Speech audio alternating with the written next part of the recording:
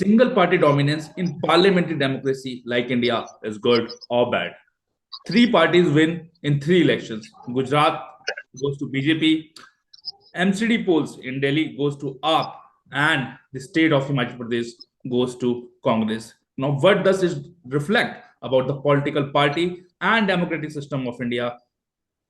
Hello and good morning. Welcome to another session of AB Discuss with Maddie, presented to you by Alpha IS Academy. And to discuss this topic with us, we have Madhav Patro, the founder of Alpha IS Academy. And before we start this topic, I want to give you a very clear caveat that Alpha IS does not support any political ideology. We are politically neutral. We just want to reflect on the state of affairs and how our democracy has evolved and how the political parties and political system in general is going on in India. So, thus, if you get offended by any of our views, please forgive us. Madhav, good morning. How are you? Good morning, Abhi. How are you?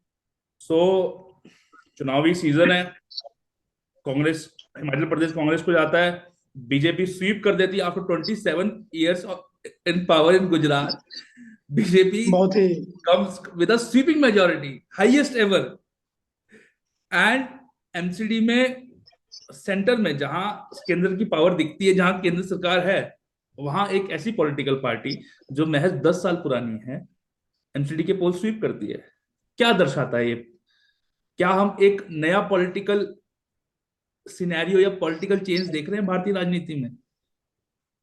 हाँ जी, अभी देखिए, अभी हमारा जो जैसे electoral system देखेंगे आप since independence, तो हम उसको 4 फेज में डिवाइड कर सकते हैं. जैसे 1952-1967 का जो था सिंगल पार्टी डोमिनेंस था कांग्रेस का, तो उसके बाद 1967 के बाद एक मल्टी पार्टी सिस्टम का आया था, जैसे कुछ कुछ रीजनल पार्टीज एमर्ज हुए थे.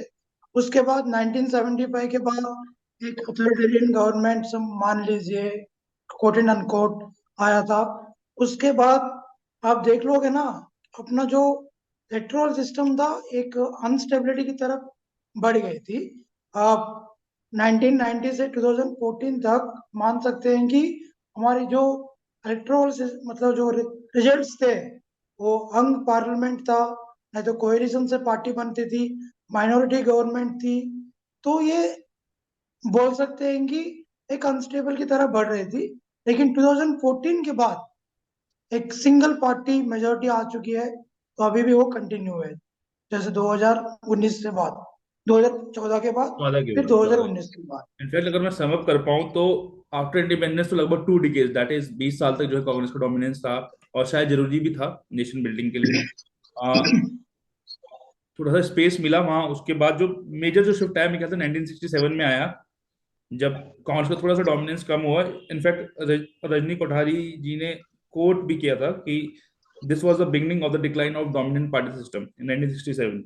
उसके बाद 2014 के बाद हम सिंगल डोमिनेंस, उस दिन हमने खैर इनफैक्ट एक अनदर टॉपिक में हमने बात भी की थी कि भाई जो पॉलिटिकल सिस्टम्स हैं या पॉलिटिकल आइडियोलॉजीज हैं वो अपने आप को रीशेप करती हैं और दोबारा किसी ना किसी फॉर्म में हिस्टोरिकली दोबारा आपके सामने आती हैं, जैसे वो हिस्ट्री में रही है.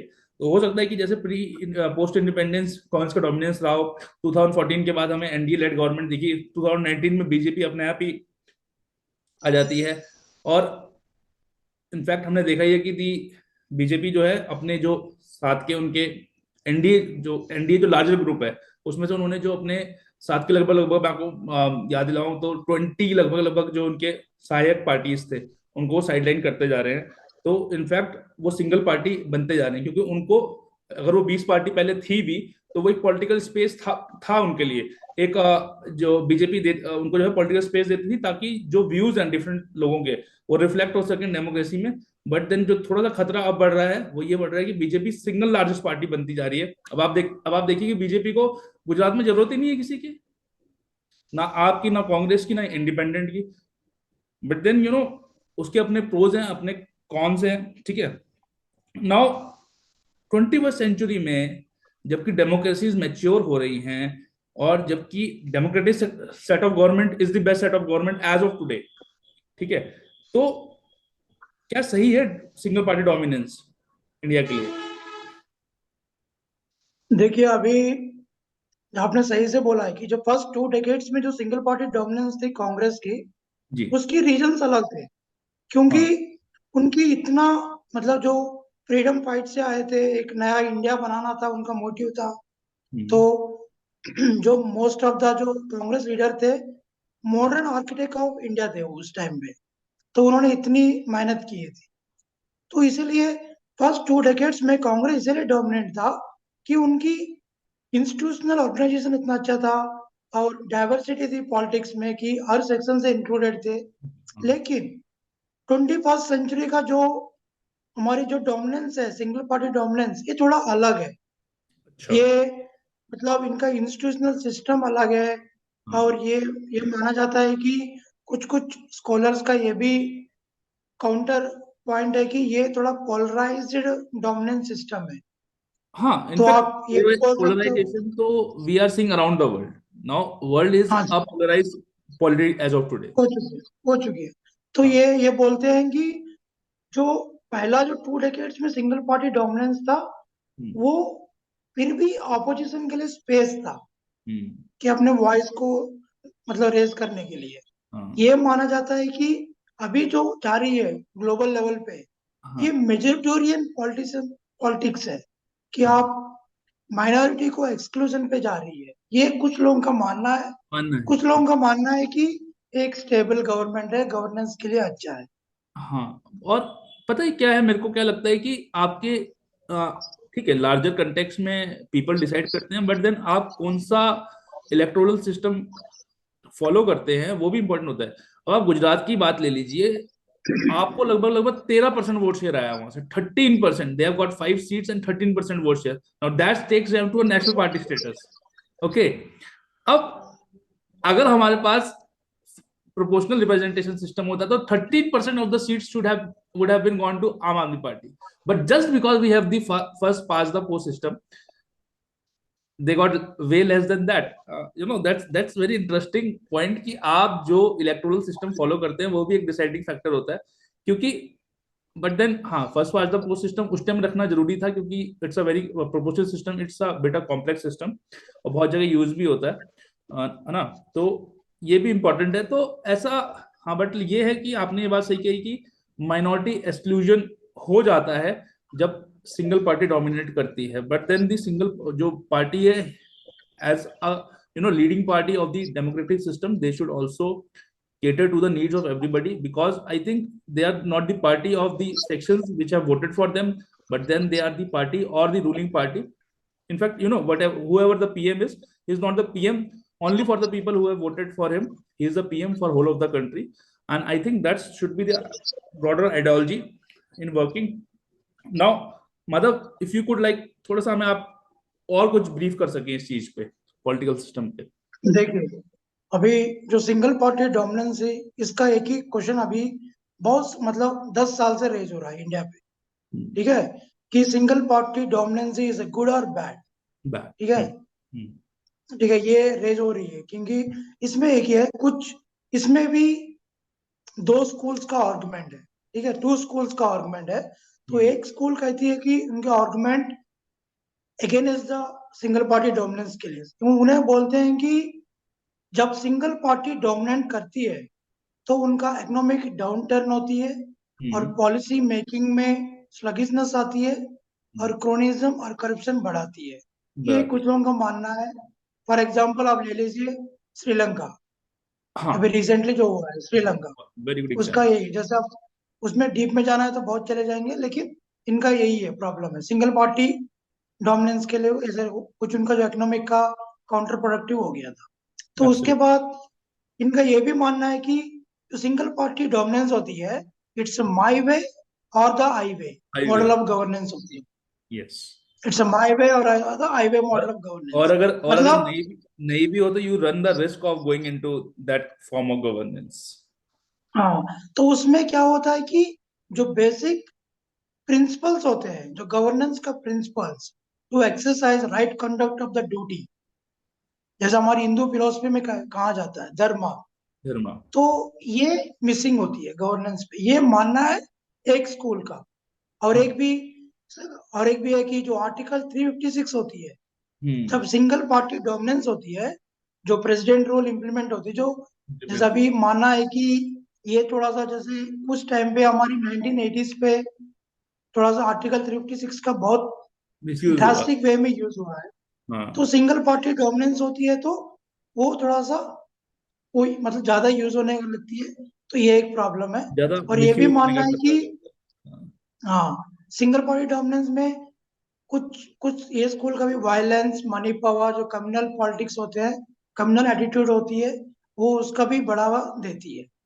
तो हमें ये मानना है कि एट द रफ वे में जो सिंगल पार्टी डोमिनेंस का ड्राइविंग फैक्टर्स दो आते हैं, जैसे हम्म। आपने सही कहा, जो इलेक्टोरल सिस्टम और हम्म। फेडरलिज्म का फीचर्स। हम्म। इंडिया में जो first past the post system है ये, हम्म। और फेडरलिज्म का फीचर्स, जो हम्म। कॉन्स्टिट्यूशन ने यूनियन की तरफ ज्यादा पावर्स दिया है, ये हाँ। दोनों को वजह से ही इंडिया थोड़ा सिंगल पार्टी डोमिनेंस को ज्यादा मतलब बढ़ती जाती है, जैसा हम लोग अभी देख रहे हैं। बट देन सत्ता में आने के लिए सिंगल पार्टी का आना भी जरूरी है, क्योंकि कोलिशन हमने, ऐसा नहीं है कि इंडियन पॉलिटी भी टाइम के अकॉर्डिंग मैच्योर हुई है। और ऐसे नहीं है हाँ कि जी। हम ऑफ कोलिशन देखे, हमने देखा कि क्या नौटंकी होती थी, है ना। और एक एक आदमी जो है चौड़ा हो जाता था कि भैया मेरे को तो जो है मिनिस्टर बनना है। ठीक है, तो उसका हम्म। अपने प्रॉब्लम्स थे। खैर वो डिस्कशन किसी और दिन के लिए रखते हैं, आज सिंगल पार्टी डोमिनेंस पे डिस्कस करते हैं। और लाइफ में देखिए, जैसे लाइफ में हर चीज के प्रोज एंड कॉन्स है, वैसे ही सिंगल पार्टी डोमिनेंस के भी हैं, कि होनी भी चाहिए और नहीं भी होनी चाहिए। बट नहीं, देन इनका प्रोज भी है सिंगल हाँ, पार्टी डोमिनेंस का, कि प्रोज भी है। आपको, मैंने ये एक स्कूल का बोला है जो काउंटर प्रोडक्टिव बोलते हैं। जैसे हाँ। वो भी एग्जांपल देते हैं कि जैसे हाँ। अफ्रीका गवर्नमेंट में, अफ्रीका में बहुत सारे नेशंस हम्म। सिंगल पार्टी डोमिनेंस है, लेकिन उनकी गवर्नेंस अच्छी नहीं है।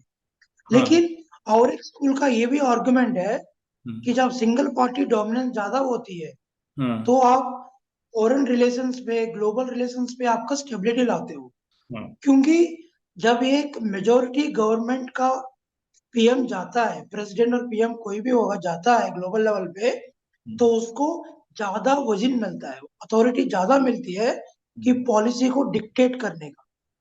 और एक भी है कि एक स्टेबल गवर्नमेंट ला सकता है जो डिसीजन मेकिंग बहुत ही तेजी से करे। ये भी इसका प्रोस है सिंगल प्रोज पार्टी है। डोमिनेंस का। इनफैक्ट आपने अफ्रीका का एग्जाम्पल दिया, जहाँ पे बहुत सारी कंट्रीज में सिंगल पार्टी सिस्टम है और वहाँ पे गवर्नेंस वो है। बट देन अगर हम इंडियन कंटेक्स्ट की बात करें 2014 के बाद, या हम 2019 के बाद अगर एक सिनेरियो लें, अगर हम बोलें कि सिंगल पार्टी डोमिनेंस है इंडिया में, दो की बहुत ज्यादा नहीं है, क्योंकि हम नेशनल लेवल पे देखते हैं, अगर हम स्टेट लेवल पे चले जाएं तो वो डोमिनेंस कहीं ना कहीं टूटते हुए दिखेगा हमें। बट देन मैं आपको बोलूं कि इंडिया में उल्टा है, कि इंडिया में सिंगल पार्टी डोमिनेंस होने के बाद गवर्नेंस बढ़ा है। गवर्नेंस का जो क्वालिटी हाँ। है वो बढ़ा है। हमारे पास आप देखिए, आज उसके बाद हमारे पास डायरेक्ट बेनिफिट ट्रांसफर आया, हमारे पास जो जैम ट्रिनिटी है वो आई, हमारे पास स्मार्ट सिटीज मिशन आया, स्वच्छ भारत अभियान आया, you know everything is going online, supreme court went online, every department corruption came down. How much I it came down, I cannot assure you, but substantially it has come down, at least the people thinks it that way, in fact। तो मेरे को लगता है ये broader aspect है ही है governance के, कि भाई आपका करप्शन कम आ रहा है, लोगों को जो है बेसिक अम्यूनिटीज है उसकी सप्लाई ठीक मिल रही है, प्राइवेट पार्टनरशिप मॉडल्स पे जो है अच्छा वर्क हो रहा है, रोड में अच्छा वर्क हुआ, आपका जो बेसिक डिलीवरी है वो अच्छा हुआ। जैसे आप दिल्ली का एग्जांपल लीजिए, कि वहाँ की सरकार ने, जो आप गवर्नमेंट है, उन्होंने जो लगभग लगभग सारी फैसिलिटीज थी, लाइसेंस से लेके जितने भी सर्टिफिकेट बनाने को, उसको उन्होंने सब ऑफिस पे ताला लगा के उसको उन्होंने ऑनलाइन कर दिया। एंड जब चीजें ऑनलाइन होती हैं तो ऑब्वियस सी बात है, ऑनलाइन फ्रॉड का खतरा बढ़ता है, but then leakages and corruption घटता है। ये तो एक वेल स्टैब्लिश्ड फैक्ट है। इसीलिए जो प्रेजेंट गवर्नमेंट भी है वो भी जो है ई गवर्नेंस पे ज्यादा फोकस करती है।